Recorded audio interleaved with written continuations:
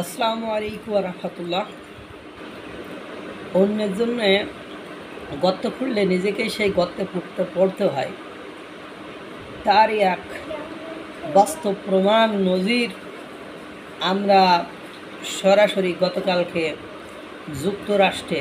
যুক্তরাজ্যে সংঘটিত হতে দেখলাম। আপনারা জানেন, অমর একুশে বইমেলায়, অর্থাৎ ফেব্রুয়ারি মাসে বাংলাদেশে যে অমর একুশে বইমেলা হয়, সেই বইমেলায়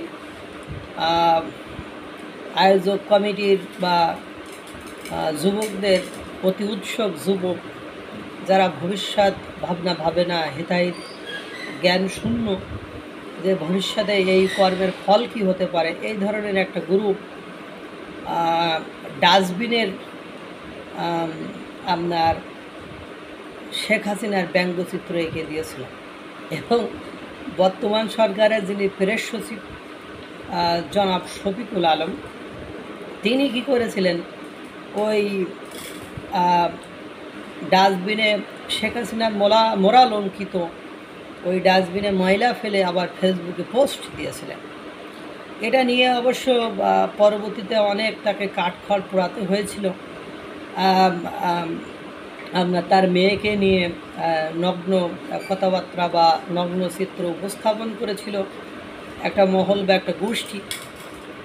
সেটা নিয়ে বেশ উনি লজ্জিত, বিব্রত হয়েছিলেন।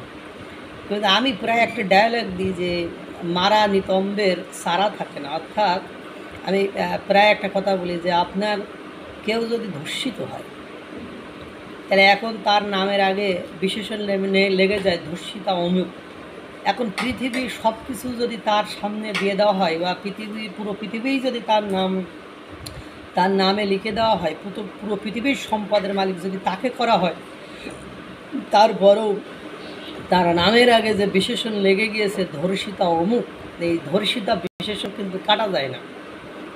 তো এই প্রেস সচিব শফিকুল আলমের এই কর্মকাণ্ড সেই সময় যে ছড়িয়ে পড়েছিল এবং সেটা নিয়ে মানুষ যে বিতর্কিত মনোভাব পোষণ করেছিল, সেই দিন থেকে প্রেস সচিব শফিকুল আলমের একটা গোষ্ঠী বা মহল নাম দিয়েছেন ডাস্টবিন শফিক।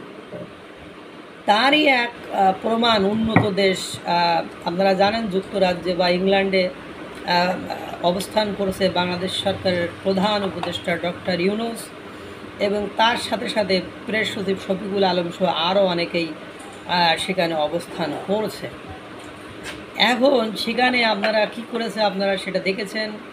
বিক্ষোভকারীরা বা ডক্টর ইউনূসকে যারা পছন্দ না করে, বা তার ক্ষমতা যাদের পছন্দ হচ্ছে না, বা তার শাসন আমল যাদের পছন্দ হচ্ছে না, তারা কি করেছে, ডাস্টবিনে শফিকুল আলম এবং ডক্টর ইউনূসের ছবি লাগিয়ে তারা স্লোগান দিচ্ছে, ডাস্টবিন না শফিকুল, ডাস্টবিন ডাস্টবিন, ডাস্টবিন না ইউনূস, ইউনূস ডাস্টবিন।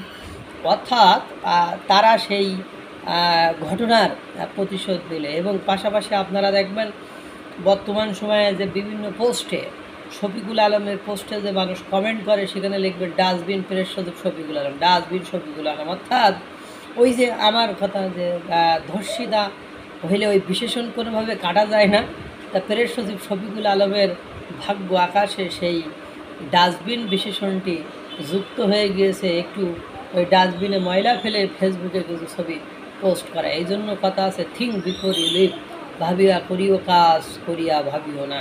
আল্লাহ তাআলা সকলকে ভালো রাখুক, সুস্থ রাখুক। আসসালামু আলাইকুম ওয়া রাহমাতুল্লাহ।